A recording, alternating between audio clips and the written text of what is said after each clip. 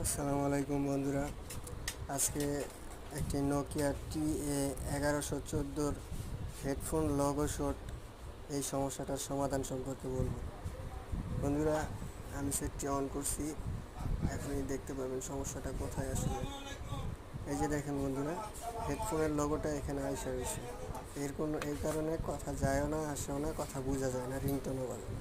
এই সমস্যাটার সমাধান হবে এই যে এইখানে আমি দেখাচ্ছি।